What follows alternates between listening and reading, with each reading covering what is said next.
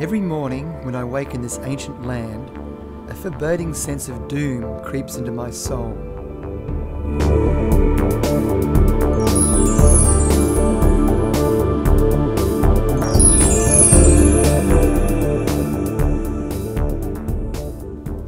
This is the Olympic Dam uranium mine in South Australia. Beneath that red desert soil below lies the largest known deposit of uranium in the world.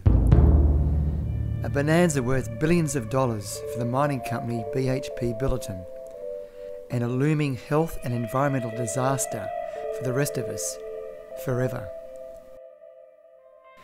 We're about to open Pandora's box to let the radiation genie out of the bottle at radiation levels which will ruin this comparatively pristine land. 350 metres below the surface, a solid granite core keeps the radioactive ore from getting to us. It's safely cocooned there in nature with millions of tonnes of soil, rock and vegetation above the granite cone. But BHP Billiton wants the go-ahead from government to dig up the red topsoil, to dig it up night and day for 4 years, and then break the granite cone of protection so they can get at the valuable minerals that lie below.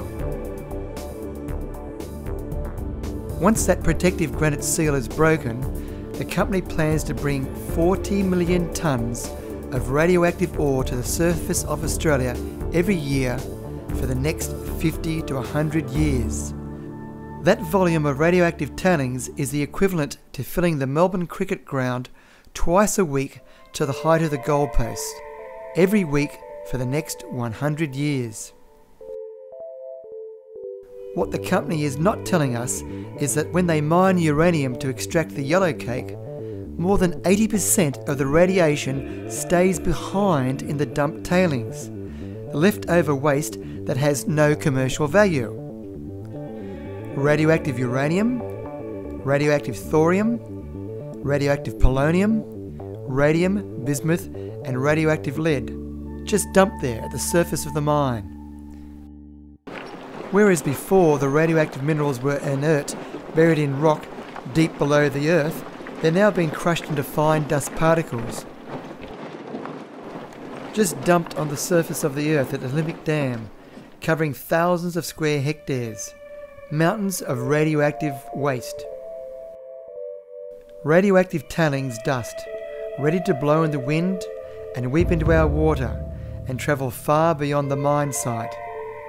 Radioactive for millions of years, a pox on our children forever.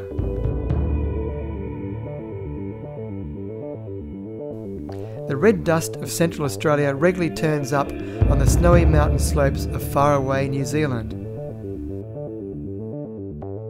As the crow flies, it's a mere skip and a jump of 500 kilometres to downtown Adelaide. As the wind blows from Olympic Dam, it's only 1,300 kilometres to Sydney, 1,000 kilometres to Melbourne. And then there's the radon gas. Olympic Dam will be a massive open-cut mine, the biggest hole ever sunk into the heart of Australia. A hole 3 kilometres wide and 1.5 kilometres deep.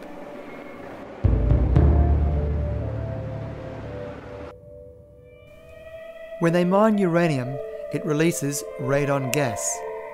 Radon gas is very deadly and carcinogenic. It's 7 times heavier than air, so the radon doesn't just evaporate into outer space. It's a very mobile gas, so radon can easily travel 1,000 kilometres or more in its radioactive half-life of 3.8 days. Radon is odourless, so you don't know you're even breathing it in. And radon gas causes birth defects to babies in the womb. Long after the company executives have made their big profits and gone, long after the politicians have collected their superannuation and moved on, that radioactivity will be leaking into our environment.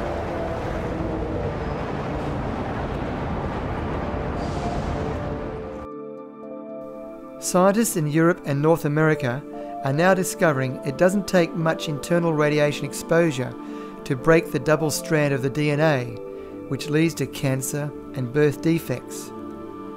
Cancers that can be triggered at far lower levels of radiation exposure than what our health authorities have believed till now is a safe level of radiation.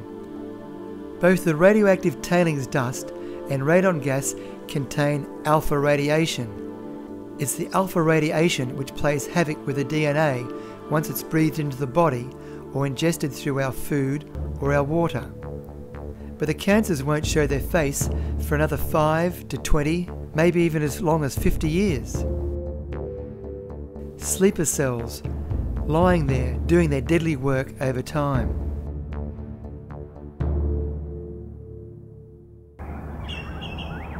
All that glitters is not gold. We elect our politicians trusting them to make informed decisions. Decisions that will impact vitally on the future well-being of ourselves and our children.